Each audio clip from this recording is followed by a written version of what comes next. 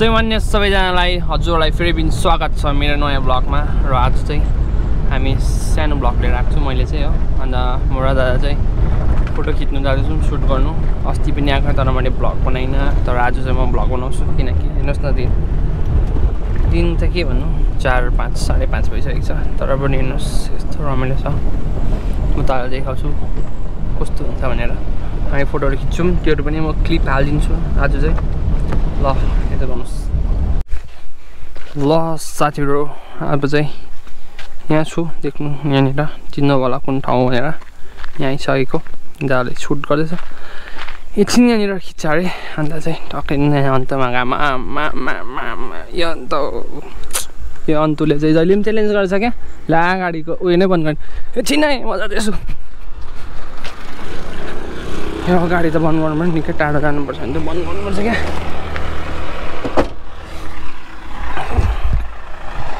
ल हेर्नुहोस् यहाँनिर अस्ति पनि आएको थिएँ हामी तर आउनु त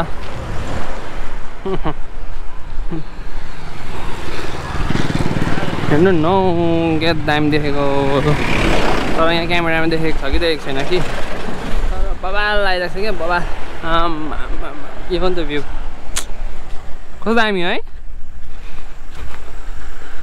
देख्नु हेर्नु सक्नुहुन्छ यहाँनिर कस्तो दामी भएको छ, उज्यालो क्लियर, आज क्लियर छ साह्रै। ल घुमाउँदा गर्न आइहालेँ म। हेर्नुहोस् न यहाँनिर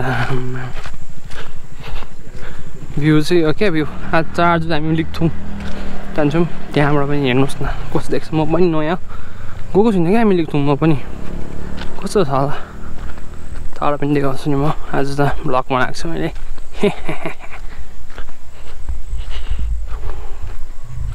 वाह यो अन्त भ्यू भन्ने चाहिँ। साथीहरू आज चाहिँ फेरि हामी अर्को लोकेसनमा आएको छौँ। यहीँ तलबाट यहाँ आएको, यहीँ तलबाट देख्न सक्नुहुन्छ यहाँनिर हाम्रो खरसाङको भ्यू। यहाँनिर कस्तो राम्रो आएको साला, यो ठाउँहरू त कस्तो दामी रहेछ। म त आएको थिइनँ रहेछ हौ।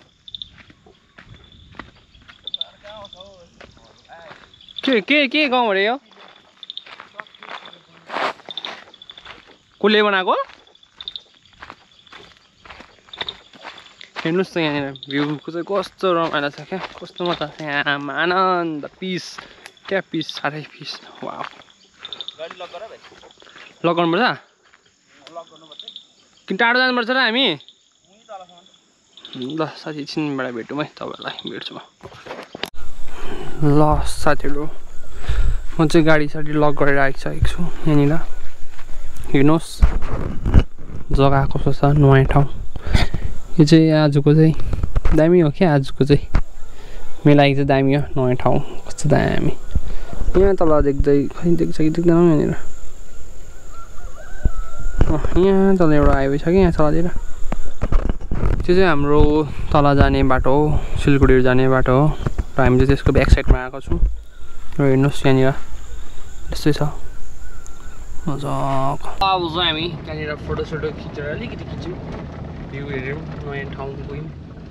र त्यहाँबाट खिच्दैछु, देख्नु सक्नुहुन्छ यो अघिको बाटो। अन्तुमा फेरि अर्कै भएछ है, अब त टोपी लागिरहेको छ अन्तुमा है। त्यस्तो छ लगाएपछि तपाईँलाई भेटौँ सिधै अर्को जग्गामा।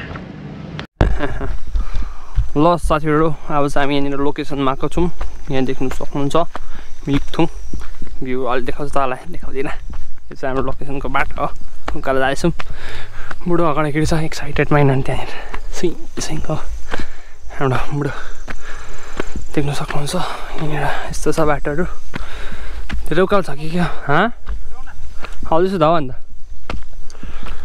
भिडियो बनाउँदै आएको। हेर्नुहोस् तलमा अब माथि भेट्छु ल। ल साथीहरू आज चाहिँ हामी भ्यू टपमा आइपुगेछौँ। यताबाट चाहिँ हामी आएको, यता माथिबाट चाहिँ ल हेर्नुहोस् भ्यू भने चाहिँ यस्तो छ चारैपट्टि।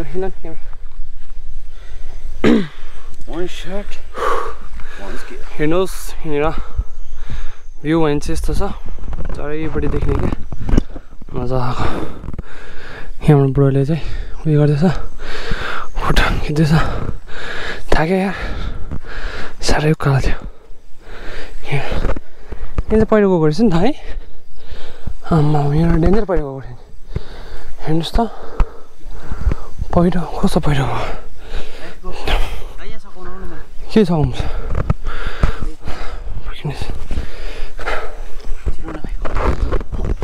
साह्रै स्लो नहुँ न खोल्नुपर्छ के साह्रो स्लो हौ के हो त हौ साह्रै स्लो हो पङ्गु त आम्मा झटपट के को झटपट आइएम नट झटपट होइन साथीहरू के भन्छु कमेन्टमा लेख्नु होला कहाँ लानुपर्छ साथीहरू अब चाहिँ म यहाँ ट्राइपड लिएर आएको छु बुढो चाहिँ क्यामेरा र उसको त्यो किट बक्सले किन आउँछ यहाँनिर देख्नुहोस् यहाँनिर हेर्नुहोस् भ्यूको आनन्द उठाउनुहोस् म पनि नयाँ त होइन रहेछु म आएको थिएँ ठाउँ तर जग्गाको नाम चाहिँ थाहा नभएको क्या तर यो ठाउँ चाहिँ आएको थिइनँ यो चाहिँ नयाँ हो कलर हेर्नु न हौ साथीहरू कलर कस्तो मजाको आएको क्या यो चाहिँ मैले देख्दै गरेको गाउँहरू चाहिँ त्यो चाहिँ खरबानी होला हौ सायद त्यहाँनिर त माइन्स टोनमा त खरबानी लेखिरहेको थियो सायद त्यो खरबानी होला हेर्नु त लु यस्तो मजाको थियो क्या जग्गा चाहिँ शान्ति हुनु पऱ्यो नि यसरी शान्ति क्या शान्ति आम्मा त्यहाँबाट रे हान्दै रहेछ है कस्तो रे देखेको के रे हो त्यो चाहिँ वाउ ल साथीहरू यसको पनि म क्लिप तलाई हालिदिन्छु भिडियोमा हेर्नुहोस् त्यो पनि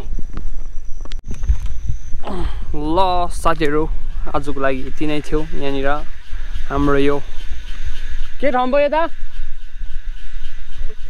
ए हाम्रो यो मिलिकथुङलाई यहीँ बिदा गर्न चाहन्छु है साथीहरू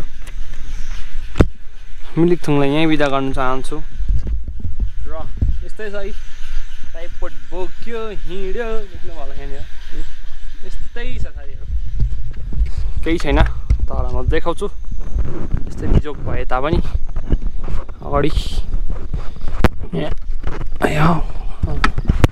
यसो बोक्नु पऱ्यो नि त सजिलोसँगले क्या साथीहरू ल अब चाहिँ हामी निस्किँदैछौँ प्याकअप गरेर यहाँबाट देख्नु सक्नुहुन्छ यो भ्यूहरूलाई पनि आज यहीँ समाप्त गर्दछु र देखाउँछु तल के देखाउनु जङ्गल त अन्धेरो रहेछ ल साथीहरू अब चाहिँ हामी निस्किसकेको पनि छौँ गाडी त्यहीँ तल छ र यति भन्दै मेरो आजको ब्लग यहीँ टुङ्गाउन चाहन्छु र तपाईँहरू सबैलाई मेरो ब्लग हेरिदिनुहुन्छ भन्ने आशा गरिरहेको छु र अझै के कसो ब्लगमा थप गर्नुपर्ने छ तपाईँले कमेन्टमा भनिदिनुहोस् होला ल यता साथीहरू बाई बाई।